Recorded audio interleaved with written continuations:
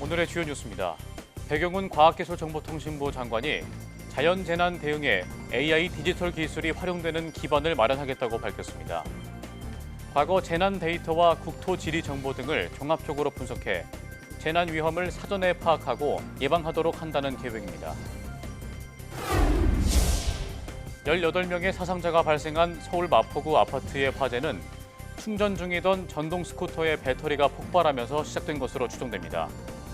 리튬 배터리는 열 폭주 현상을 막기 위해 잘 때 충전하지 않고 열이나 충격을 피할 수 있도록 해야 한다고 전문가들은 조언합니다.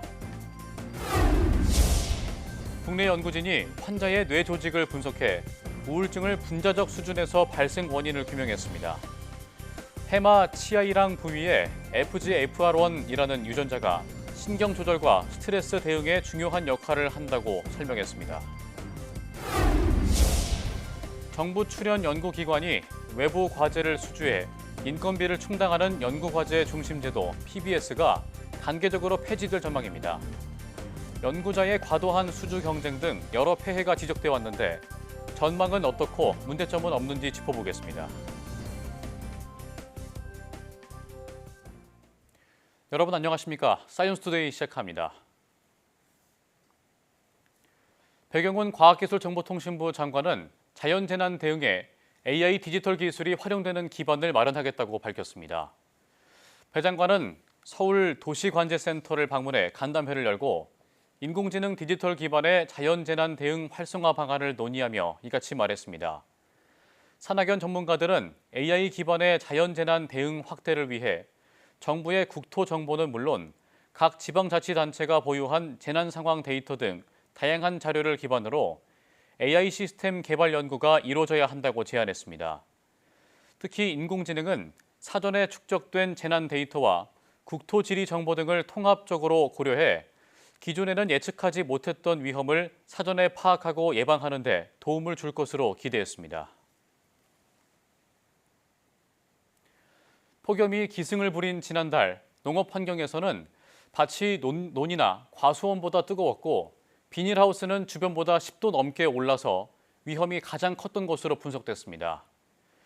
기상청은 폭염특별 관측 중간 분석 결과를 발표하면서 지난달 고추밭의 평균 일 최고 기온이 과수원보다 0.4도, 논보다는 0.9도 높았다고 밝혔습니다. 비닐하우스는 주변 밭보다도 평균 3.9도 높았고 한낮 강한 햇볕 아래에서는 무려 11.5도나 높았습니다. 자세에 따른 차이도 컸는데 허리를 숙이거나 앉아있는 50cm 높이에서는 서 있을 때보다 평균 1.8도 더 높게 관측됐습니다. 반대로 그늘에서는 주변보다 기온이 최대 3도 낮아 주기적인 그늘 휴식이 온열 질환 예방에 효과적인 것으로 확인됐습니다. 아열대 작물을 시험 재배 중인 용인시가 바나나에 이어 애플망고 수확에도 성공했습니다. 농업인들의 기후 변화에 대응해 새로운 소득원을 창출할 수 있을 것으로 기대됩니다. 최기성 기자가 보도합니다.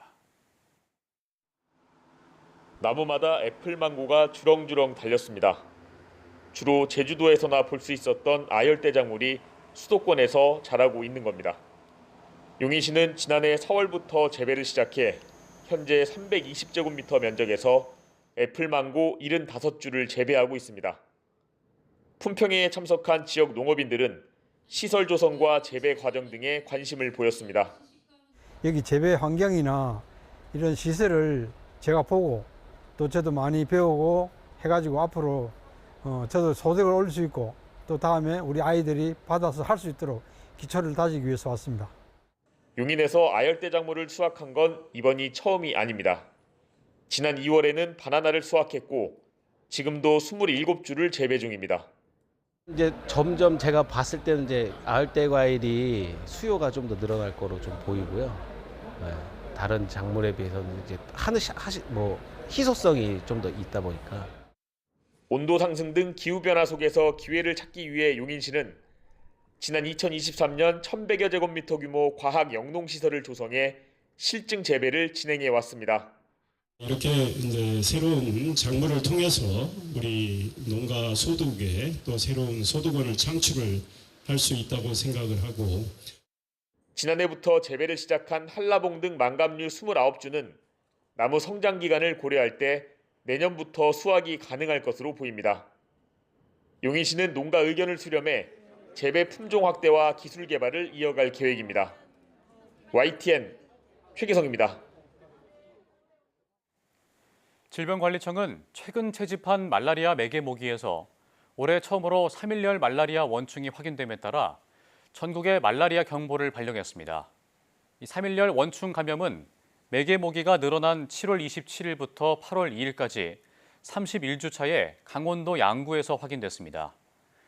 올해 매개 모기 일 평균 개체 수는 지난해보다 54.4% 줄었다가 29주 차에 많은 비가 내린 영향으로 31주 차에 평년보다 46.9%, 지난해보다 24.1% 늘었습니다.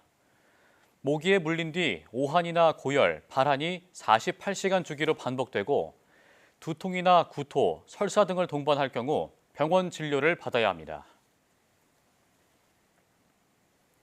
어머니와 아들 등 2명이 숨지고 16명이 다친 서울 마포구 창전동 아파트 화재 원인을 밝히기 위한 감식이 진행됐습니다.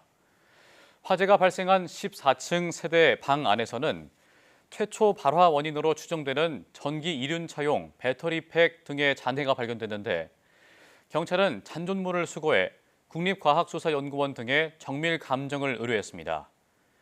경찰 관계자는 현재까지 범죄나 방화로 의심되는 부분은 없으며 추가 조사를 통해 구체적 경위를 파악할 예정이라고 설명했습니다. 피해 유족은 경찰에 전동용 스쿠터를 충전하던 가운데 폭발이 발생했다는 취지로 진술한 것으로 확인됐습니다. 그런가 하면 새벽 5시 10분쯤에는 경기 동두천시 송내동 아파트 1층에서 불이 나 30분 만에 꺼졌습니다. 이 불로 대피하던 주민 6명이 연기를 들이마셔 병원으로 이송됐고 37명이 급히 대피했습니다. 또 불이 난 집의 작은 방과 거실이 불에 타는 등 재산 피해도 발생했습니다. 경찰과 소방당국은 충전 중이던 캠핑용 리튬이온 배터리에서 불이 난 것으로 보고 정확한 화재 원인을 조사하고 있습니다. 리튬 배터리는 휴대전화나 전동 킥보드 같은 개인용 이동장치 등에 널리 쓰이는데요. 하지만 불이 나면 열폭주 현상으로 진화가 어렵습니다. 소방당국이 직접 위험성을 실험했는데요. 고재형 기자가 다녀왔습니다. 전기 오토바이 바닥에서 불꽃이 튀더니 순식간에 불길이 전체로 번집니다. 이 업체에서 사흘간 3차례나 불이 나 전기 오토바이 30여 대가 불에 탔는데 리튬 배터리가 원인이었습니다. 소방당국이 리튬 배터리 화재 위험성을 보여주기 위해 실험을 진행했습니다. 전동 킥보드 배터리에 과부하를 가하자 몇 분 뒤 연기가 피어오릅니다. 곧이어 수십 초 간격으로 펑소리와 함께 붉은 불꽃이 치솟으며 열폭주 현상이 이어집니다. 안전을 위해 실제 용량의 3분의 1만 사용했는데도 화재 위력은 상당합니다. 리튬 배터리 화재 실험에 사용된 개인용 이동장치입니다. 배터리가 있던 하부는 보시는 것처럼 모두 녹아내렸고 카페트도 시커멓게 타버렸습니다. 리튬 배터리는 충전할 수 있어 편리하지만 불이 나면 진화가 어렵습니다. 다량의 물로 주수를 해서 화재를 진압하고 있는데 그 이후에도 재발화가 발생하는 경우가 있어서 저희들한테도 굉장히 어려운 화재입니다. 이 때문에 잠잘 때 충전하지 않고 배터리가 열이나 충격을 피할 수 있도록 하는 등 안전 수칙을 잘 지키는 것이 중요합니다. 배터리가 스트레스를 받지 않게 보관을 하거나 사용을 하시기 바랍니다. 뜨거운 차량 내나 햇빛이 드는 창문 내에 배터리를 보관하는 경우에는 열적 스트레스를 받아서 화재 위험성이 더 높아질 수가 있습니다.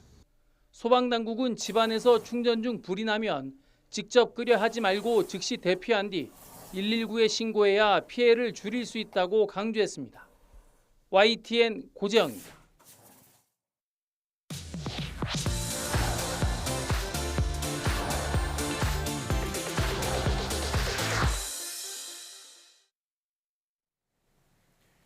연구과제 중심 제도, 즉 PBS는 정부 출연 연구자가 외부 과제를 수주해 인건비를 충당하는 제도인데요. 그동안 PBS는 정부 출연 연구기관 본연의 과제를 가로막고 연구자의 과도한 수주 경쟁 등 여러 폐해가 지적돼 왔습니다. 새 정부는 앞으로 PBS를 단계적으로 폐지하는 방향으로 가닥을 잡았는데요. 이승규 기자와 함께 자세한 내용 알아보겠습니다. 안녕하십니까? 안녕하세요. 예. 우선 이 PBS 제도가 무엇인지부터 설명을 한번 해주시죠.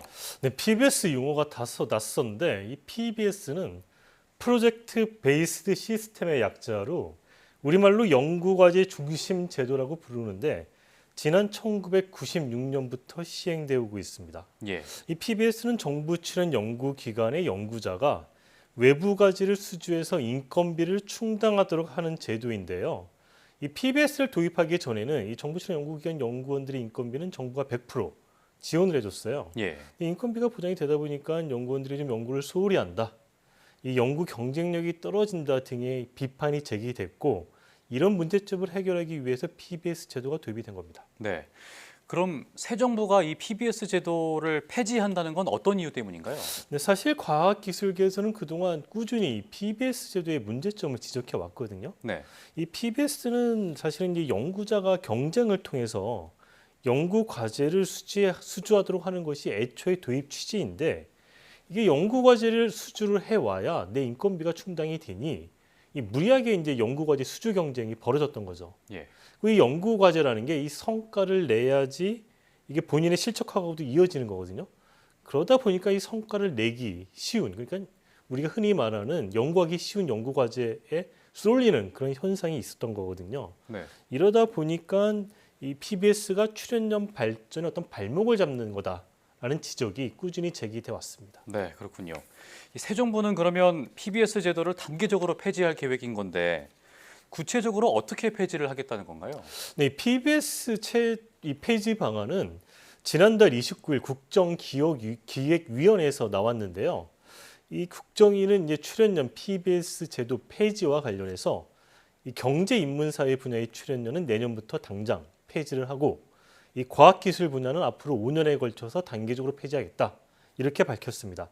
이 과학기술 분야 출연 연구기관은 과학기술정보통신부와 국가과학기술연구회 소속 23개 연구기관을 말합니다. 네, 그렇군요. 앞으로 이 PBS 제도가 폐지되면 정부 출연 연구기관은 그 본연의 연구에 더 집중하게 될 것 같은데 어떻습니까? 근데 이제 아무래도 그렇게 될 가능성이 크다고 보여지는데 네. 이제 정부는 이 PBS 제도를 폐지하는 대신에 그 재원을 이 정부 출연 연구원의 어떤 고유한 임무에 돌리겠다 이렇게 밝혔거든요. 네. 앞으로 이제 5년간 종료되는 수탁과제 예산을 출연연별 대형 사업에 재투자하는 방안이 유력하게 지금 논의되고 있습니다. 네. 현재 현재 국가과학기술연구회 산하 과학기술계 출연연 예산은 출연금 3조 9천억 원에 부처별 수탁과제 한 2조 5천억 원을 더한 6조 4천억 원 규모인데요.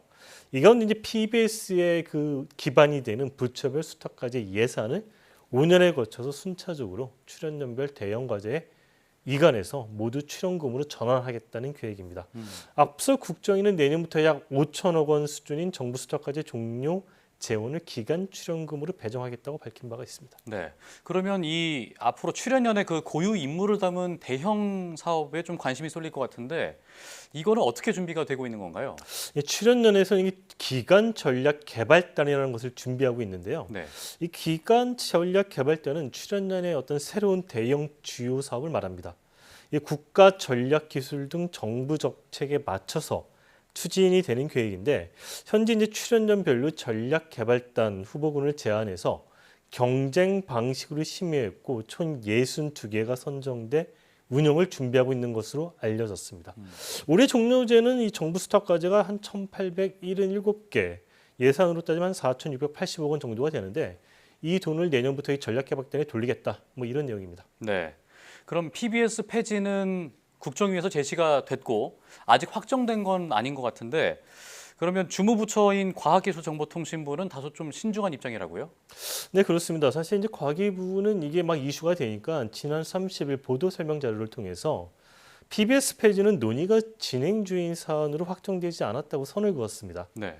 이어서 연구 현장의 의견을 수렴하고 출연연의 재정 구조를 임무 중심형으로 전환하기 위해 구체적인 추진 방안을 마련해 나갈 계획이다라고 밝혔는데요. 이를 두고 이제 과학기술계에서는 이 과학기정통부가 PBS 폐지와 관련해서 신중한 입장이다 이렇게 파악하고 있는데요. 사실 이제 PBS는 과기부 등 정부 부처가 출연료를 통제하는 수단으로 작용한 측면이 크거든요. 네. 이 수탁 과제를 정부 부처가 기획하다 보니까 그 주도권을 정부가 쥐고 있었는데 이걸 이제 폐지하다 보면 아무래도 주도권이 과기부에서 출연 쪽으로 넘어갈 수 있다. 이제 이런 우려가 있다 보니까 그동안 과기부가 좀 이걸 반발한 거 아니냐 이런 소문이 돌기도 했습니다. 그렇군요. 네, 지금까지 이성규 기자와 함께했습니다. 오늘 말씀 고맙습니다.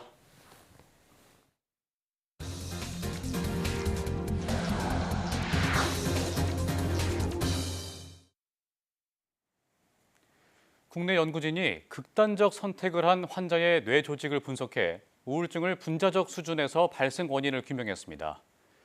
카이스트 생명과학과 허원도 교수, 국립과학수사연구원 이민주 법의관, 아주대학교 의료원 김석휘 교수 공동연구팀은 우울증 환자의 뇌 조직과 쥐 모델에서 해마의 치아이랑 부위에서 FGFR1이라는 유전자가 증가하는 것을 확인했다고 밝혔습니다.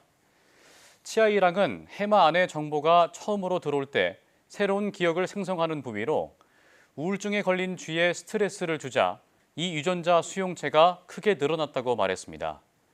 반대로 이 유전자를 제거한 쥐는 스트레스에 더 취약하고 우울 증상이 빠르게 나타났다며 FGFR1이 신경 조절과 스트레스 대응에 중요한 역할을 한다고 설명했습니다.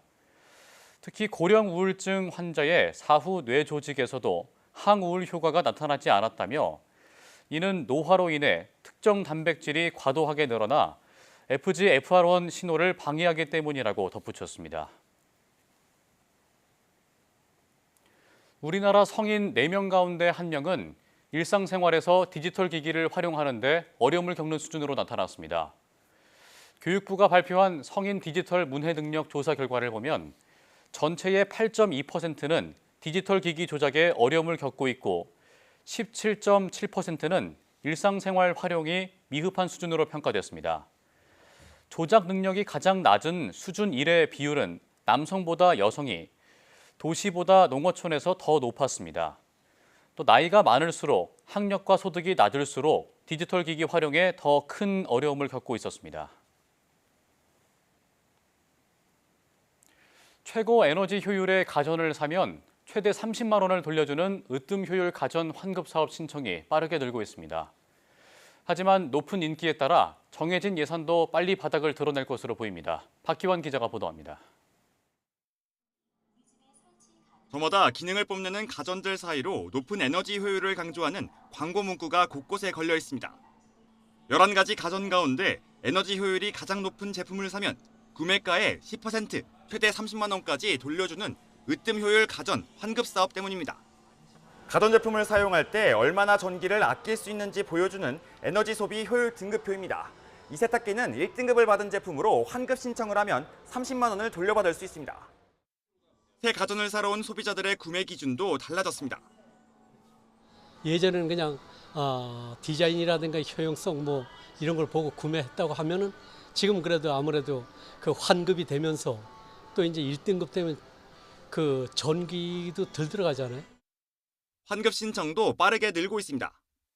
지난 13일 신청 홈페이지가 열리고 닷새 만에 26만 7천 건의 환급 신청이 접수됐습니다. 가격 부담을 덜 수 있다는 장점에 소비자들이 지갑을 열기 시작하자 제조사와 유통업체에도 내수 부진 속 단비가 되고 있습니다. 관련 품목들이 전년 대비 10% 성장하였습니다. 이런 제도를 설명을 해드리면 다들 이제 1등급으로 더 이제 구매를 선호하시는 편이 됐습니다.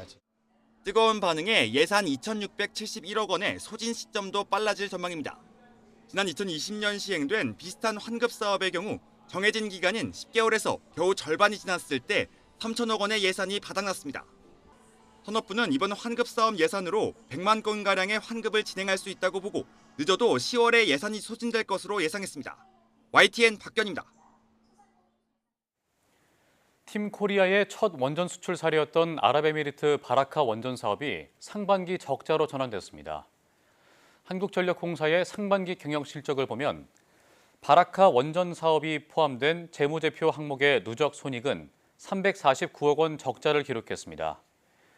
UAE 원전 사업의 누적 수익률도 마이너스 0.2%로 처음으로 적자로 나타났습니다. 2020년 완공을 목표로 했던 공사 기간이 2024년으로 지연되면서 비용이 발생해 수익성이 악화한 것으로 분석됩니다. 한국수력원자력과 한국전력이 체코 원전 수주 계약 과정에서 미국 웨스팅하우스와 맺은 지식재산권 분쟁 종료 합의문에 우리나라의 불리한 조건이 담긴 것으로 알려졌습니다. 지난 1월 맺은 합의문에는 한국 기업이 소형 모듈 원전 등 차세대 원전을 독자 개발해 수출하는 경우 웨스팅하우스의 기술 자립 검증을 통과해야 한다는 조건이 들어간 것으로 전해졌습니다.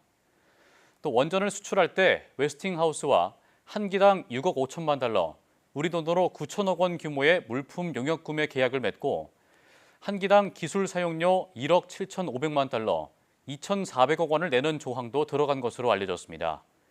계약 기간은 50년으로 전해집니다. 최근 백화점과 같은 각종 공중이용시설을 겨냥한 폭파 협박이 잇따르는 가운데 공중협박죄를 적용한 첫 법원 판결이 나왔습니다. 법원은 사제폭탄을 만들어 행인을 위협한 남성에게 600만 원 벌금형을 선고했습니다. 배민혁 기자입니다. 지난 5월 30대 남성 김모 씨는 부탄가스 등으로 만든 사제폭탄을 들고 서울 영등포 일대를 돌아다녔습니다. 마음에 안 들면 죽인다는 협박과 함께 40분가량 상점가를 돌다 붙잡혔는데 법원이 최근 이 남성에게 벌금 600만 원을 선고했습니다. 재판부는 불특정 다수에게 위해를 가하겠다고 하는 등 혼란을 일으킬 수 있다는 점에서 죄가 가볍지 않다고 지적했습니다. 불특정 다수 대상 협박범죄를 처벌하는 공중협박죄를 적용한 첫 판결입니다. 공중협박죄는 신림역과 서현역 살인사건 이후 지난 3월 새로 만들어졌습니다. 실제 피해가 없어도 5년 이하 징역에 처할 수 있습니다. 다만 이번 판결이 벌금형에 그친 것을 두고 처벌 수위가 너무 약한 것 아니냐는 우려도 나옵니다. 최근 앙심을 품은 배달기사가 패스트푸드점 폭파 신고 자작극을 벌이는 등 비슷한 사례가 잇따르는 가운데 관련 범죄에 경종을 울리기에는 부족한 수준이라는 겁니다. 선고 당시 재판부는 김 씨가 지적장애를 가지고 있고 사제폭탄이 엉성한 수준이었다고 설명했습니다. 이런 상황을 고려해 처벌 수위를 낮췄다는 건데 법조계나 경찰에서도 이번 판결을 공중협박죄의 전형적인 사례로 보긴 어렵다는 의견이 나옵니다. 사실관계가 너무 특수해서 그러니까 공중협박죄가 앞으로 이렇게 될 거다라고 가늠하는 데는 부적절한 사례인 것 같아요. 공중협박죄에 대한 첫 판단이 나온 가운데 앞으로 국민적 불안과 사회적 손실을 초래하는 테러 협박을 엄벌하는 판례가 자리 잡을 수 있을지 관심이 쏠립니다. YTN 배민혁입니다. 전남을 대표하는 쌀이 햇반으로 나왔습니다. 전라남도와 세계적 식품 기업이 손을 잡았는데요. 전남 쌀의 위상 제고와 소비 촉진에 큰 도움이 될 전망입니다. 김범한 기자가 보도합니다. 전남농업기술원이 지역의 날씨와 토질에 맞게 자체 육종한 벼 품종 세척무는 전남 벼 재배 면적의 62%를 차지합니다. 쌀 종자주권 독립을 선언한 전남의 대표 쌀 세척무의 소비 촉진을 위한 획기적인 계기가 마련됐습니다. 국내 1위의 식품 대기업이 세척무로 햇반을 만들어 팔기로 한 겁니다. 이 좋은 품종에다가 이제 저희들 가지고 있는 기술력을 잘 결합하면 저희들 가공식품 사업에 큰 또 한 번 더 도약할 수 있는 기회가 될 것 같습니다. 농협에서는 올해 10,000톤을 시작으로 햇반을 만들기 위한 고품질의 세척무 현미 원료곡을 안정적으로 공급하기로 했습니다. 도복, 또 병해충 피해, 미질이 좋아야 되는데 그 세 가지 요건을 다 극복할 수 있도록 개발이 된 게 세척무 벼가 되겠습니다. 농업인들이 그동안에 쌀을 생산해가지고 유통하기가 편리해지는 이런 상황을 유도할 수 있는 계기가 마련되지 않는가. 세척무는 이미 전국 판매망을 갖춘 편의점에 삼각김밥 재료로도 공급되고 있습니다. 매년 10대 브랜드사를 선정해 시상하는 전남은 고향사랑 기부 답례품에 새청무 햇반을 넣을 예정입니다. 새청무 쌀은 특히 김밥용으로도 인기가 좋고 다목적으로 활용할 수 있는 쌀이 새청무 쌀이에요. 이 추세로 가면 전국적으로 지금 복될 가능성이 많아요. 다른 지역에 쌀 달라고 난리예요. 다양한 쌀 가공품 개발과 수출, 대기업과 협업으로 전남 쌀의 위상 제고와 안정적인 판로 확보, 그리고 농민 소득 증대를 위한 노력이 이어지고 있습니다. YTN 김범환입니다.